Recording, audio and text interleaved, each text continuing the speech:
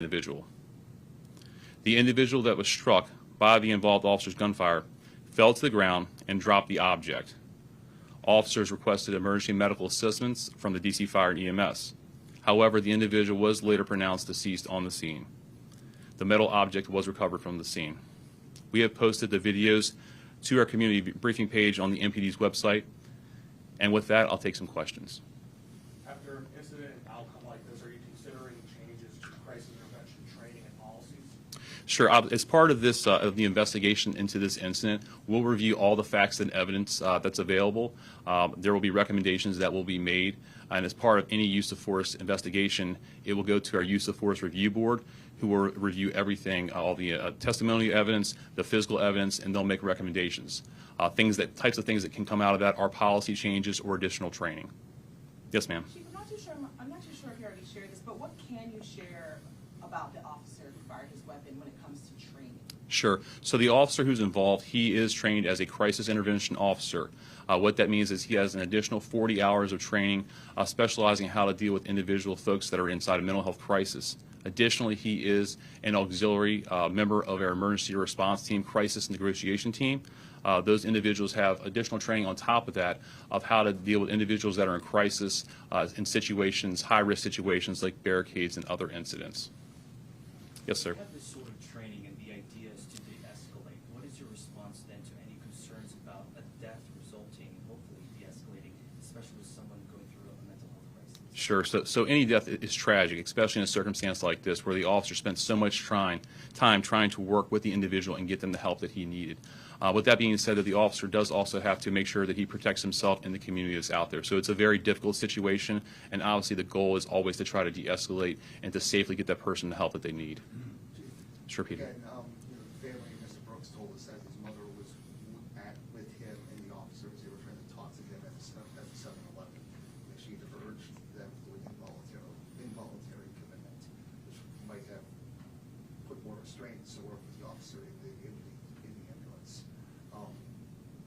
Was there any consideration to doing involuntary commitment? Sure. So part of the investigation will be to determine how the individual was transported. Was a voluntary transport or was it an involuntary transport? Obviously, depending on which one of those it was, there are certain procedures and protocols that should have been in place, and that will be part of the investigation. If it wasn't, an involuntary commitment would require the officer riding in the ambulance in restraints?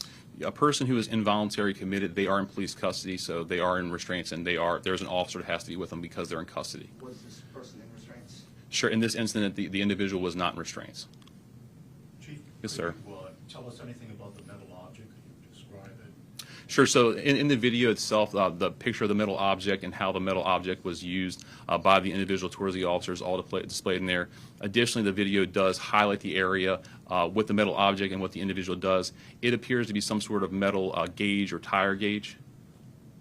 Did any of the officers believe it was a gun? Obviously, part of the investigation will be to interview the officers and determine what they saw and what they believed and what they felt. At this time, in the stage of the investigation, there is no statements from the officer, so we have no idea to know what they believed it was. What's the threshold for use of force? Sure. So use of force depends on the threat that the member is presented. So the threshold for deadly use of force is there has to be an imminent or an immediate threat of serious bodily injury or death to the member or to a member of the public. Is that subjective, or is there like a metric?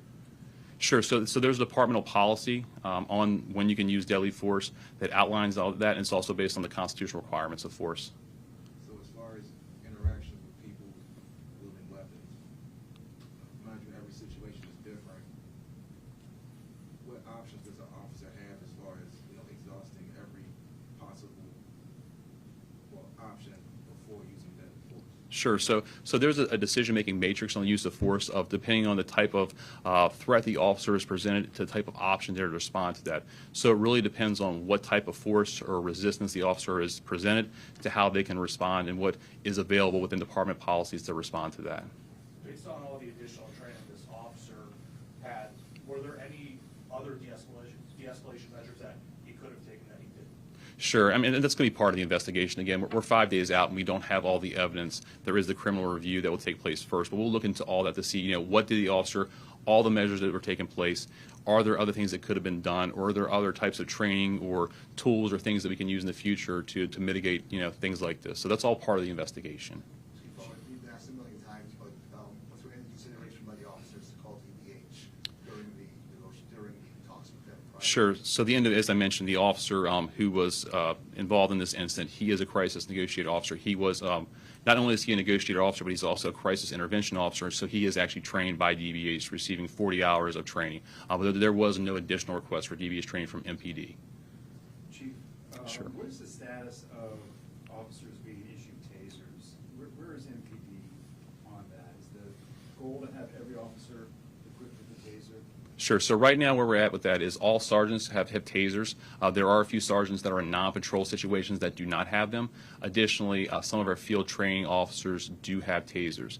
And that's something that we look at, the availability of tasers and other less than lethal weapons that are options in situations like this and other situations as well. So what is there a goal to get everybody with a taser, or are you just kind of where you're at now and this is where you're going to stay? So right now we've actually increased the number of individuals that have tasers. Initially when we rolled them out, it was only sergeants that have them. So we actually increased the population that have tasers, and we'll continue to evaluate that. And was there a taser on, was any officer at the scene armed with a taser at this incident? So I have no information that any officer on the scene had a taser. So I just want to clear one thing up. Crisis intervention training is 40 hours. Crisis negotiation, is that an additional 40 or additional 80 hours? So was it 80 hours? Sure. So crisis intervention officer, that's an additional 40 hours. The involved individual in this case, he's also an auxiliary negotiator. That's an additional at least 80 hours, and there's subsequent trainings above that. So he at least has 120 hours. Potentially, he may have more as well. Okay. Yes, ma'am. Chief, what was going on through your head as you watched the final moments of that footage? I mean, I think it's a very tragic situation. An individual who's obviously in a mental health crisis, it's tragic for him, it's tragic for his family, it's tragic for the community. The officers that are involved, I mean, you can see they're trying to stop traffic, they're trying to stop the truck. You can hear in the officer's voice of him pulling back. So, I mean, I think it's a terrible outcome overall, and I think it's a tragedy for everyone involved. Of course, the use of force it's all being reviewed, but what are your thoughts and how do you assess when we heard those 5 gunshots, the guy gets on the ground, and then you heard the final and 6th gunshot? Warranted? What do you think? Sure. So again, every round that an officer discharges from his firearm, or every type of force that's used, has to be accounted for and has to be judged against our departmental policy. So each one of those rounds that were discharged will be evaluated against the policy, and a determination will be made: was it in or was it without? They did happen in a very short period of time, and obviously, as you can see from at least the vantage point of the video that we have from the officer, the individual was approaching very quickly and was, slashing or coming towards him in a slashing manner. So of course that happens very quickly, and decisions have to be made in a split-second decision. So an object like a tire gauge, if it's being used in a slashing manner, it could be confused with a knife, or? Yeah, I can't get into what the officer thought. Obviously, we haven't interviewed him to get what his belief was. So I can't really comment on what he thought it was or what he believed it was. Any additional questions? Chief, can I ask if there's any update on the gentleman yesterday who shot in New Carrollton? If you know particularly anything about the weapons that he had, how he got those weapons, what might have sparked this?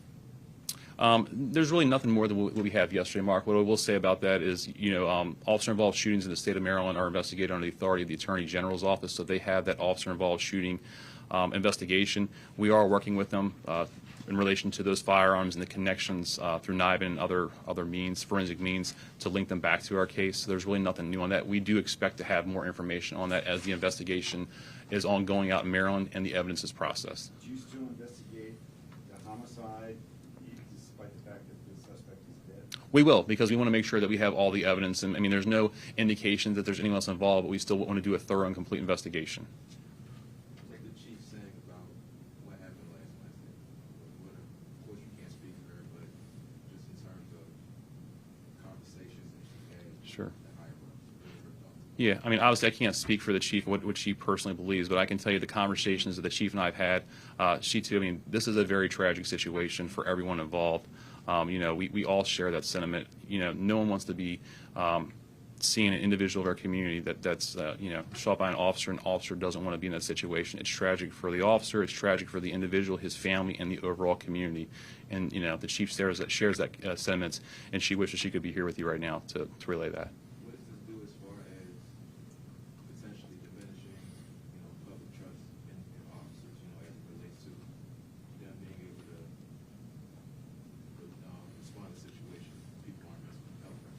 Sure. No, absolutely. I mean, that's something we think about. I mean, our interactions with the community, every interaction we have, right, the goal is to try to build trust and relationships with the community. When we have situations like this, it is definitely a challenge that's out there and things for us to work through. We are continuing to always evaluate our response in ways that we can do better, and that's why things like this, 10 years ago, we wouldn't be having this conversation right now in this setting. The ability to go through this and be as transparent as possible at this stage in the investigation and provide as much information that we can. That's what we want to put out there to make sure that we can share what we can in the video that we do have. Transparency is important to the community.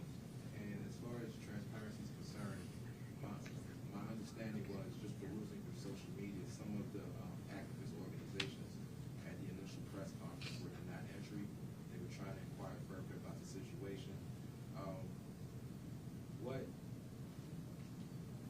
What potential is there, to include them or to make these press conferences, more open to members of the public who are working to build more accountability for the police? No, absolutely. That's a very fair question. And one of the things we do is we invite in the media to share this, to put it out to a wider audience. We share our press conferences and our information on our social media page. But that was also an issue that was brought to my attention. It's something that we're going to make sure that we do incorporate those individuals when we have those press conferences in the future on the scene. What's the timeline on that? Well, I mean, the goal is for if we have another situation or another press conference on the scene, we'll just make sure it's open to everybody. So we don't really have a timeline. It should be now. Right, Sir. More.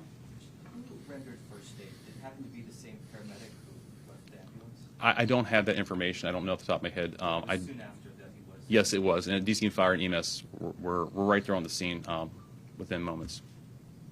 All right, with that, thank you all very much. I appreciate your time. Thanks.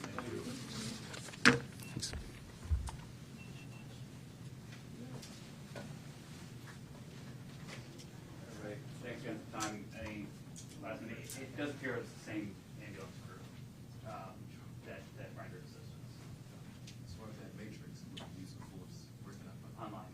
So it's under an MPD general order, so if you just Google MPD use of force policy, it's there. Anything else for anybody?